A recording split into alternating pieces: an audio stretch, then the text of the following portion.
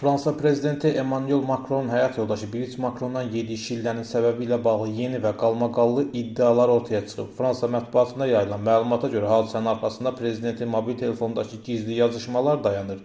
Paris Match jurnalının tanınmış siyasi redaktoru Florian Tardif yeni kitabında yazıb ki, ictimaiyyətə zarafat kimi təqdim edilən hadisə əslində ciddi ailə daxili gərginliyin nəticəsi olub. İddialara görə Macronun Vyetnam səfəri zamanı Brice Macron prezidentin telefonunda gənc və məşhur aktrisa ilə yazışmalarını görüb. Bu isə Fransa liderinin xanımını qəzəbləndirib və mübahisə daha da böyüyüb. Kitabda iddia olunur ki, Macronla aktrisa arasında aylarla davam edən yaxın və emosional yazışmalar olub. Müəllifin sözlərinə görə mesajlara çox gözəlsən kimi ifadələr yer alıb. Tardif bu məlumatların sadəcə dedikodu olmadığını, müəyyən sübutlara əsaslandığını da iddia edib.